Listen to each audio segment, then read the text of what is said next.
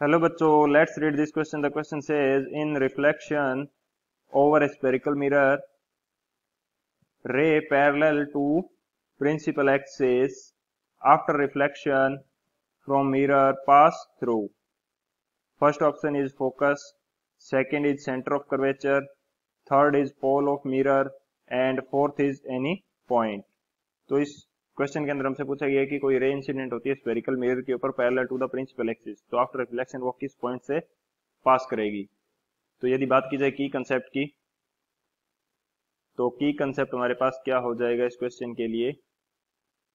की कंसेप्ट हमारे पास हो जाएगा, यदि कोई रे प्रिंसिपल एक्सिस के पैरेलल इंसिडेंट होती है किसी स्फेरिकल मिरर पर, तो आफ्टर रिफ्लेक्शन वो एक पॉइंट से जाती है। उस पॉइंट को क्या बोलते हैं, फोकस पॉइंट, या प्रिंसिपल एक्सिस के किसी पॉइंट से आती हुई प्रतीत होती है तो उस पॉइंट को भी क्या बोला जाता है, focus.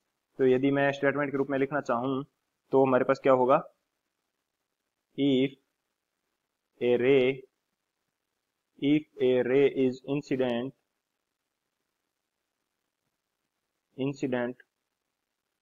parallel to principal axis of a spherical mirror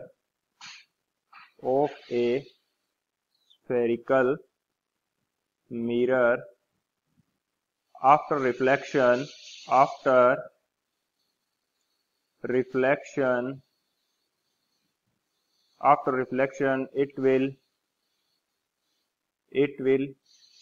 go through or seems to coming from a point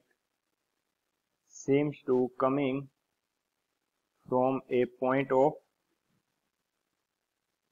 principal axis,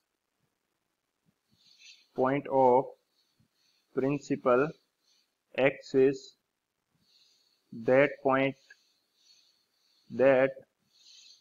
point is known as focus point,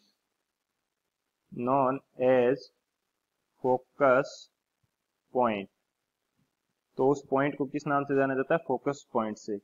यदि कोई रे स्फेरिकल मिरर की प्रिंसिपल एक्सिस के पैरेलल इंसिडेंट होती है तो after reflection वो एक पॉइंट प्रिंसिपल एक्सिस के किसी पॉइंट से गुजरती है या प्रिंसिपल एक्सिस के किसी पॉइंट से आती हुई प्रतीत होती है, तो उन पॉइंट्स को क्या बोला जाता है, फोकस पॉइंट। तो यदि बात की जाए आंसर की या सॉल्यूशन की बात करें, यदि सॉल्यूशन की, तो सॉल्यूशन हमारे पास क्या हो जाएगा इस क्वेश्चन के लिए, सॉल्यूशन हो जाएगा that point is focus point, that point is focus point। अब यदि बात की जाए ऑप्शंस की, तो option A focus is the final answer. So option A is the final answer. I hope you understood it well. Best of luck. Thank you.